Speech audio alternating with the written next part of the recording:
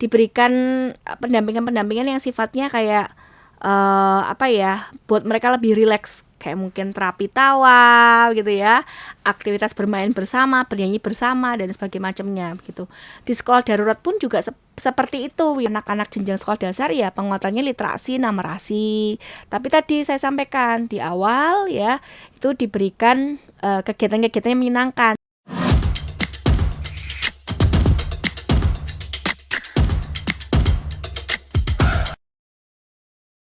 Karena kan posisinya tadi Mbak, respon normal ya di situasi tidak normal, dan posisinya kan mereka ngerasa kehilangan berbagai dukungan ya, sehingga utamanya ya kita sesegera mungkin untuk memberikan pendampingan gitu ya.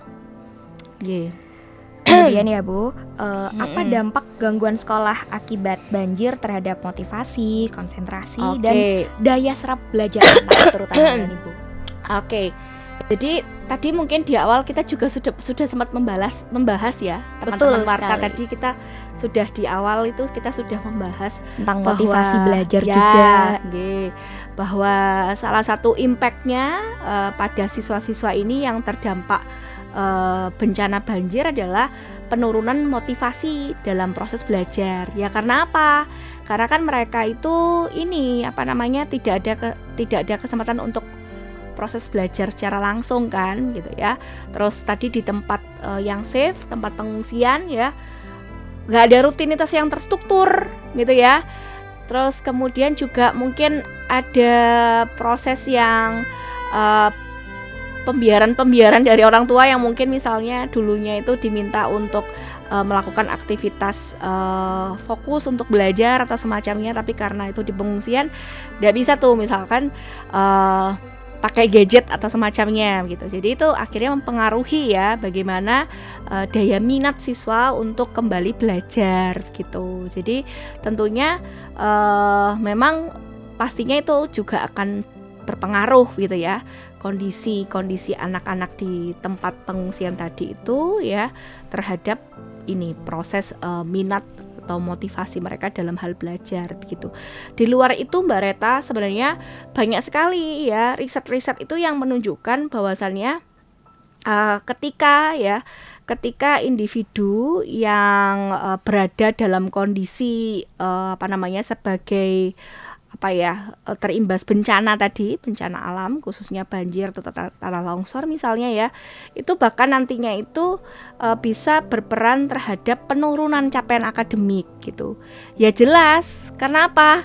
Karena kan tadi terjadi ini mutus kan, jadi sebelumnya dia mungkin ada proses belajar aktif rutin gitu ya dan terstruktur jadwalnya juga.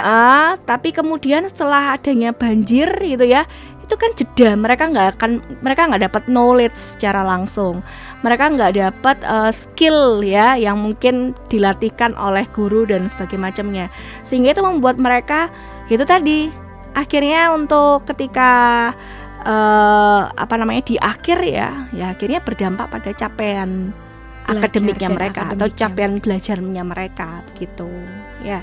Itu sering terjadi, itu sama kayak posisinya waktu pandemi COVID dulu, ya kan, ada learning loss dulu ya, learning loss sekali. Ya. Jadi pada saat pandemi COVID-19 dulu, itu siswa-siswa itu kan posisinya karena waktu itu kan juga masih masa adaptasi ya Mbak Reta ya, jadi pemerintah ini regulasi belajarnya seperti apa itu kan masih perlu penyesuaian begitu, sehingga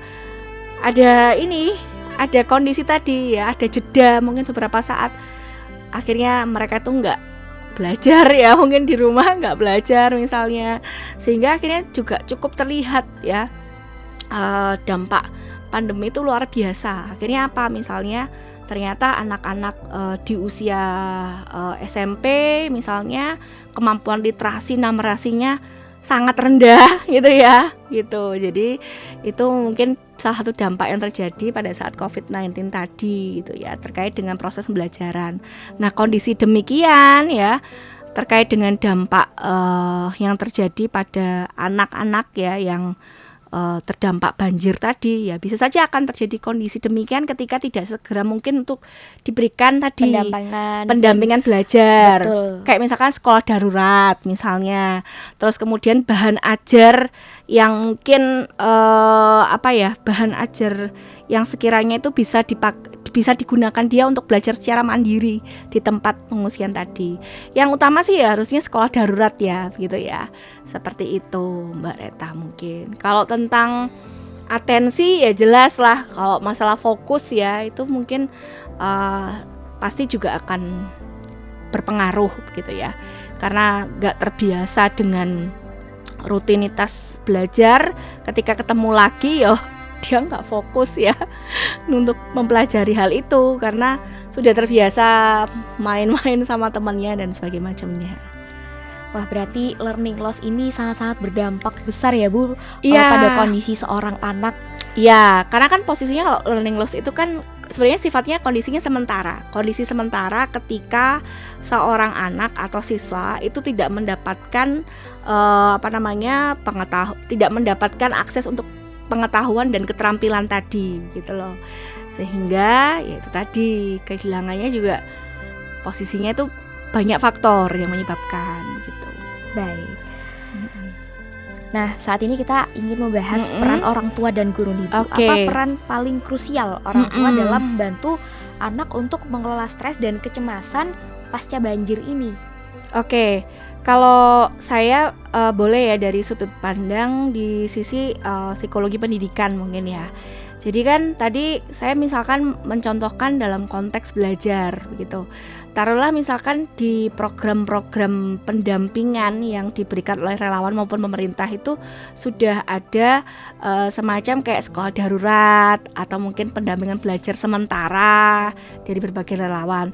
Tapi orang tua sebenarnya tetap perlu untuk memantau ya bagaimana proses-proses belajar yang dilakukan oleh si anak-anak dan remaja ini di sekolah darurat maupun yang di pendampingan belajar oleh relawan sendiri itu. Jadi tetap memantau gitu ya, tetap kemudian melihat ya apakah ada tanda-tanda dari anak saya misalnya dia ternyata bukan sekedar butuh belajar tapi sebenarnya mungkin dia butuh pendampingan secara psikologis sendiri ya untuk mengatasi kondisi-kondisi yang dia hadapi tadi gitu. Jadi tetap memantau, kemudian juga tetap berupaya untuk mencari bantuan jikalau nantinya orang tua ngelihat bahwa anaknya ini sepertinya butuh untuk pendampingan psikologis sebagai bagian karena tadi dia terdampak sebagai korban banjir tadi misalnya. Terus yang ketiga adalah ya tadi menjadi role model juga gitu ya dalam merespon berbagai kondisi yang dihadapi tadi gitu ya, menjelaskan pada anak bahwa posisinya memang bencana banjir ini adalah kondisi yang seringkali terjadi di negara kita misalnya di Indonesia begitu ya. Kemudian misalkan terjadinya karena faktor A, B, C, D dan sebagainya macamnya. Kemudian menjelaskan hal-hal apa saja yang bisa kita siapkan ketika nantinya kita itu menjadi kita terimbas banjir lagi gitu. Kira-kira itu kita harus melakukan apa gitu. Jadi 3 hal utama itu yang menurut saya yang bisa dilakukan oleh orang tua gitu ya. Nah yang nantinya itu juga bisa inline dengan pertanyaan Mbak Reta tadi, upaya untuk istilahnya nanti membantu untuk anak-anak ini tuh tidak mudah stres ya, tidak cemas dan sebagainya macamnya. Jadi dari 3 peran tadi itu mungkin yang bisa dilakukan oleh orang tua gitu. Nah guru sendiri begitu. Jadi kalau berbicara tentang konteks kesiagaan untuk menghadapi bencana ya, bahkan kalau menurut saya itu seharusnya di Indonesia gitu ya, kurikulum yang ada di Indonesia khususnya kurikulum di jenjang dasar dan menengah itu harusnya itu mensisipkan terkait dengan pendidikan untuk menghadapi situasi bencana. Betul kan Mbak ya? Betul gitu ya. sekali, dikarenakan negara kita juga rentan ya Bu. Ya, kebetulan di Fakultas Psikologi Untar di program studi sarjana psikologi itu ada mata kuliah namanya adalah psikologi kebencanaan gitu. Dan Mbak Reta tahu kan kalau misalkan di mata kuliah tersebut tiap mahasiswa diminta untuk terjun ke lapangan untuk kemudian memberikan pendampingan ya, semacam kayak mitigasi bencana. Betul. Ya, bencana alam maupun bencana sosial gitu yang terjadi di masyarakat gitu. Jadi bisa saja nanti di konteks kurikulum pendidikan dasar dan menengah gitu ya, kemudian disisipkan gitu ya pendidikan yang berkaitan dengan kesiapan mereka untuk menghadapi bencana. Nah, khususnya pada wilayah-wilayah yang rentan untuk menghadapi bencana tadi gitu. Jadi otomatis nanti pembelajarannya itu juga ngajarin ya bagaimana gurunya akan memberikan pendampingan, bagaimana sih menjelaskan ya faktor alam, faktor X dan sebagainya macamnya yang bisa menyebabkan bencana gitu. Terus kemudian apa yang bisa dilakukan oleh siswa-siswa ketika menghadapi situasi tadi ya, bagaimana proses belajar yang bisa kamu lakukan secara mandiri ketika kamu menjadi atau terdampak korban sebagai korban bencana tadi gitu. Seperti itu gambarannya. Dan guru-guru ya, kalau di sini peran guru ya tadi memberikan pendampingan gitu ya. Kemudian kalau dalam konteks proses mengajar, mungkin kan guru kuat untuk memberikan knowledge, melatih skill yang berkaitan dengan capaian pembelajaran di kurikulum jenjang SD dan SMP misalnya ya. Betul. Tapi untuk urusan yang psikologis bisa saja nanti guru-guru itu kita bekali ya, dibekali oleh fasilitator yang dari psikolog-psikolog untuk memberikan pendampingan pada guru-guru ini menjadi nanti guru nanti menjadi kunci utama juga ya, yang bisa mendampingi memberikan pendampingan secara psikologis pada siswa-siswa yang terdampak banjir ini gitu, banjir maupun bencana yang lainnya gitu. Jadi kalau kembali kepada peran guru apa? Peran guru tentunya ya sebagai tadi ya edukator, tetap dia edukatornya gitu ya. Sebagai edukator nanti dia di dalam proses pembelajaran ya, pada saat wilayah yang tadi itu memang rentan ya kena bencana ya, maka memberikan tadi pembelajaran untuk kesiagaan menghadapi bencana gitu. Terus yang kedua ya tentunya tadi ya menjadi salah satu support system yang mampu untuk istilahnya tadi mengajarkan pada anak merespon berbagai situasi tadi ya gitu ya, karena tadi kan gurunya ibaratnya sudah dibekali oleh fasilitator psikolog tadi gitu. Itu kalau kita bikin skema perancangan untuk program pendampingan misalnya loh Mbak, itu seperti itu. Dan di wilayah-wilayah Jawa Timur itu saya rasa banyak sekali kok program-program yang dicanangkan oleh pemerintah daerah bekerja sama dengan dosen-dosen atau praktisi yang itu tadi memberikan program pendampingan sebagai bagian daripada mitigasi bencana tadi gitu. Karena ini menjadi hal yang penting ya.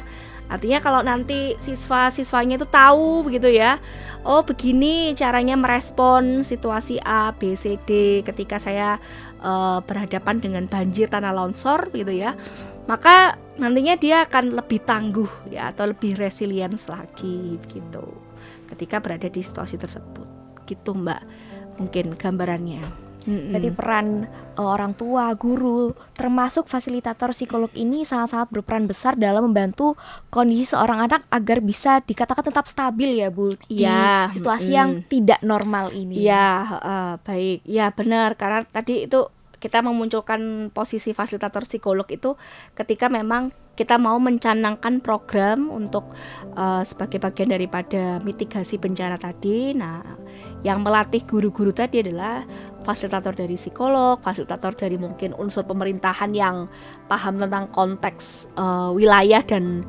bencana di setempat gitu. Untuk program pendampingan pendampingan semacam kayak preventifnya gitu loh Mbak, pendampingan preventifnya gitu ya. Gitu. Selanjutnya ya Bu, bagaimana guru dapat menciptakan kembali rasa aman psikologis di kelas setelah anak mengalami situasi bencana yang apalagi bicara Sumatera kemarin cukup dahsyat ya Bu, bisa dikatakan. Oke. Kalau mereka kemudian kembali nanti ya, kalau kemudian kembali mungkin yang pertama adalah bagaimana guru itu menumbuhkan rasa senang dulu dalam proses belajar gitu.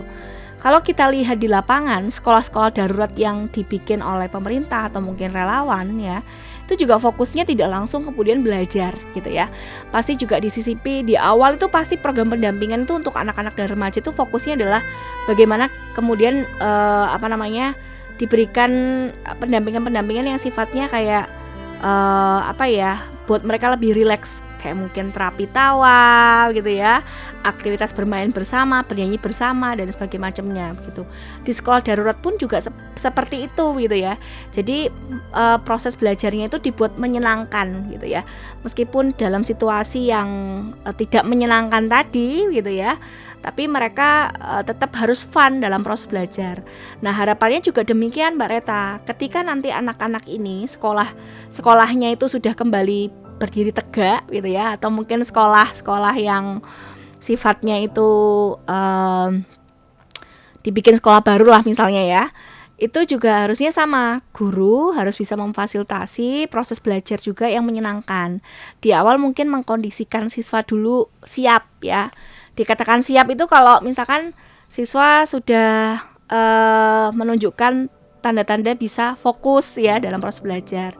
Nah, untuk menyiapkan anak-anak bisa ada fokus dan sebagainya mungkin dimulai dari pemberian situasi-situasi yang menyenangkan gitu bagi siswanya tadi gitu. Nah, nanti proses belajarnya juga dikemas dengan cara yang menyenangkan gitu. Jadi biar anak-anak itu juga, maksudnya ketika tadi saya cerita di awal kan, nanti bisa saja kan pada saat awal-awal belajar mereka ketemu buku itu kaget gitu loh, ketemu buku, ketemu bahan ajar yang lain karena mereka kaget, learning loss gitu ya. Iya, karena terjadi posisinya tadi gitu ya, kaget, sehingga itu kemudian harus diantisipasi dengan pendekatan cara mengajar yang lebih menyenangkan gitu. Nah, itu yang dilakukan oleh guru. Yang kedua ya tentunya guru kemudian menekankan ya semacam kayak ngasih pendampingan untuk mitigasi bencana tadi gitu. Guru menjelaskan ini bagian daripada konteks bencana alam, ini sering terjadi di wilayah kita dan sebagainya macamnya. Kemudian apa yang perlu dilakukan dan sebagainya macamnya, apa yang kamu rasakan selama di tempat safe atau pengungsian tadi dan sebagainya macamnya. Jadi refleksi bersama, pembelajarannya menyenangkan, itu menurut saya mungkin nantinya bisa membantu ya untuk menciptakan rasa aman dalam ya, secara psikologis juga, dalam pembelajaran bagi siswa-siswa yang kemudian masuk ke kelas tadi gitu. Sehingga hal tersebut dilakukan biar siswa ini nggak kaget lagi ya Bu, karena terbiasa dengan metode belajar yang menyenangkan. Jadi ketika masuk kelas sudah istilahnya nggak kagok lagi dengan kondisi kelas pada saat itu. Karena tadi kan misalkan kalau di pengungsian, di tempat pengungsian atau tempat safe tadi itu kan pendampingan belajarnya kan beragam yang diberikan oleh relawan maupun pemerintah gitu. Adanya sekolah-sekolah darurat yang ada di tenda darurat tadi ya, ini kita bicara soal sekolah darurat yang ada di tenda-tenda darurat bentuk pendampingan belajar itu kan belajarnya itu macam-macam Mbak Reta. Kalau saya lihat, dan saya pernah waktu jadi mahasiswa sempat jadi relawan juga untuk proses pendampingan belajar. Jadi memang kayak penguatannya misalnya untuk di proses belajar anak-anak jenjang sekolah dasar ya penguatannya literasi, numerasi. Tapi tadi saya sampaikan di awal ya itu diberikan kegiatan-kegiatan yang menyenangkan, terapi tawa kalau Mbak Rita tahu ya. Kemudian entah itu diberikan banyak ice breaking atau semacamnya, aktivitas menyanyi dan sebagainya macamnya gitu ya, mendongeng gitu ya. Jadi itu bentuk-bentuk pendampingan psikologis sekaligus juga pendampingan belajar pada siswa-siswa yang ada di tempat pengungsian tadi. Jadi konteks belajarnya itu nggak langsung kayak belajar mapel dulu gitu, enggak Mbak. Jadi karena kan kita itu harus sesegera mungkin harus ini membidik kan. Jadi kan kalau lembaga-lembaga pemerintah atau mungkin lembaga-lembaga yang membawai relawan itu kan kadang-kadang mereka sudah membidik kan, oh ini sasarannya ada lansia, ada orang tua dengan usia sekian, kemudian anak-anak, remaja gitu. Jadi kemudian mereka membagi peran sektor-sektor mana yang mau dituju dulu. Sektor kesehatan diisi oleh dokter-dokter, sektor untuk pendampingan psikologis mungkin psikolog dan sebagainya macamnya, sektor infrastruktur, masalah tentang infrastruktur nanti dari unsur apa dan sebagainya macamnya begitu. Jadi sudah membagi perannya demikian gitu. Jadi harusnya itu tadi menurut saya mungkin harusnya tadi pendidikan tentang mitigasi bencana ya itu harusnya disisipkan dalam